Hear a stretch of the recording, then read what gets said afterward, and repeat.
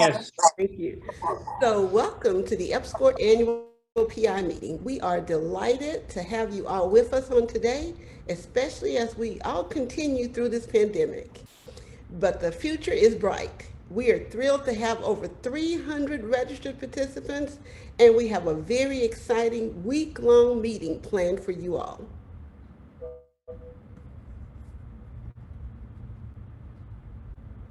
We hope that you will help us to highlight some of the great speakers and sessions we have planned for you this week. It's so important for us to communicate the tremendous activities and accomplishments of our funded projects and how the NSF EPSCoR program has made an impact in your jurisdiction.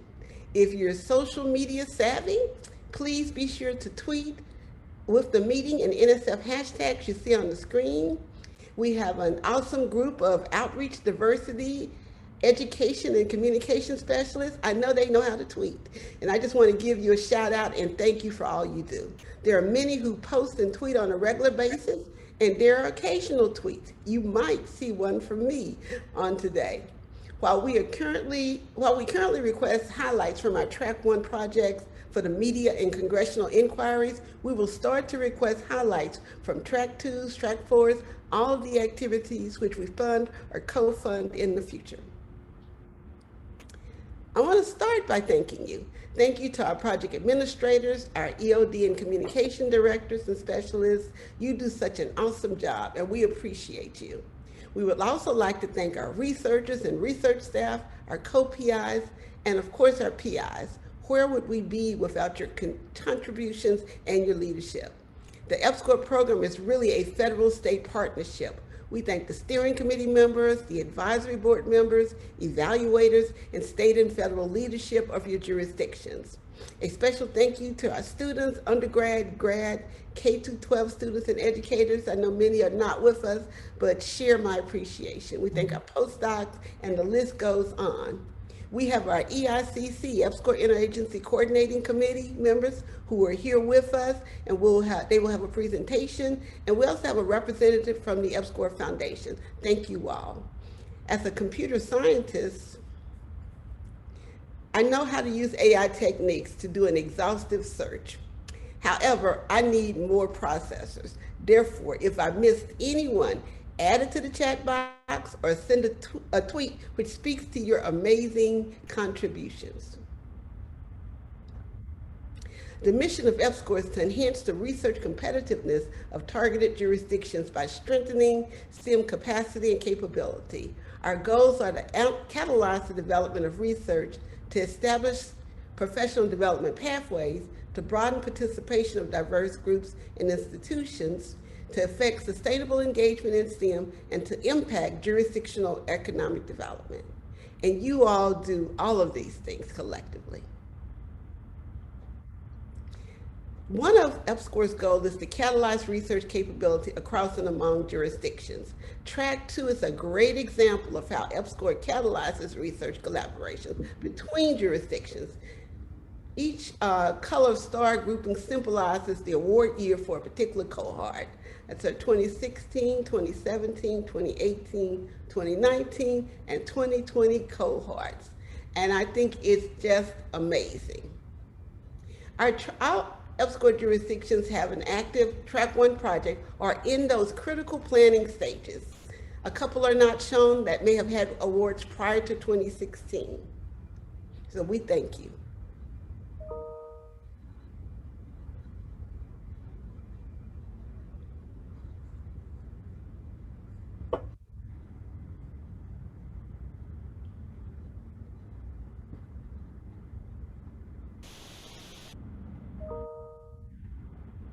Okay, Track 4 awards.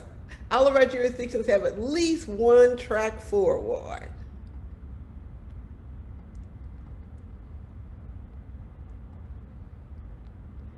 So we want you to encourage early career researchers from across your jurisdiction to submit and, if necessary, resubmit.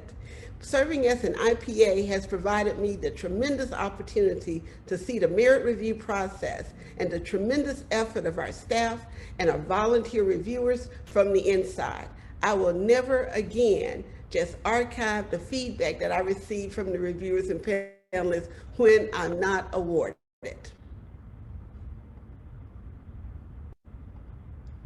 EPSCoR establishes STEM professional development pathways from undergraduate to the professoriate.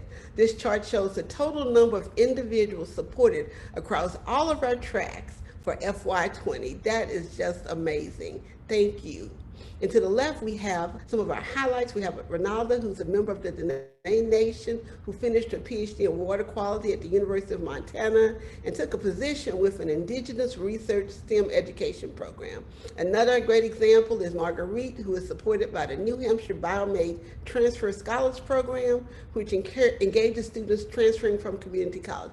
And there are many, many, many more examples. Keep those highlights coming, and later I'll present a way in which you can all post your highlights for the world to see.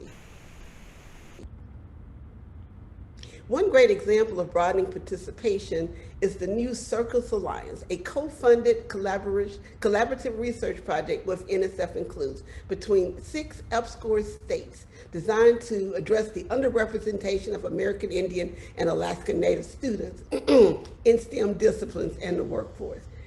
So a shout out to Idaho, Montana, New Mexico, North Dakota, South Dakota, and Wyoming. And so we need to come together as jurisdictions more often in order to do things to broaden the participation of diverse groups. And I know you do a lot individually and you do a lot across your jurisdictions, but these interjurisdictional partnerships are so critical.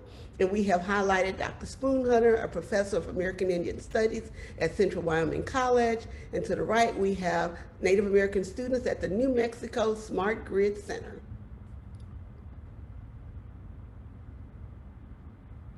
EPSCoR affects engagement in STEM at national and global level. This data shows the number of educators and students reached through the Track 1 external engagement activities. This doesn't include the activities from Track 2 and Track 4. External engagement includes any outreach activities that the project participants do to help advance broadening participation goals and enhance broader impact. So thank you. Now, this is truly amazing. Look at the impact you're having on economic development within your jurisdictions. We have the 81 patents that we can speak to over the past 5 years, almost 3,000 new grants. You know, that's sustainability. Over $2 billion in 5 years, very impressive. And over 6,000 scholarly articles that have been published. Truly amazing. In the photos, we're highlighting students from the University of Arkansas at Fayetteville who developed methods to make solar panels more efficient and reducing costs. Their company won a Clean Energy Prize. To the top right, we were instrumental in seeding Montana's optics and photonics industry. Really pleased with that progress. The bottom left, EPSCoR funding contributed to the creation of Delaware's Office of Economic Innovation and Partnership. Thank you all. And bottom right is New Mexico's Creative Startup Accelerator. And I was so impressed with the $3 million that they've raised and over 140 jobs in New Mexico, and the fact that nearly 90% of these startups are women or minority owned, clearly contributing to multiple goals for the program. And so while I'm thanking you, I know my team is probably looking at me out the side of their eyes. So I am thanking you, but I also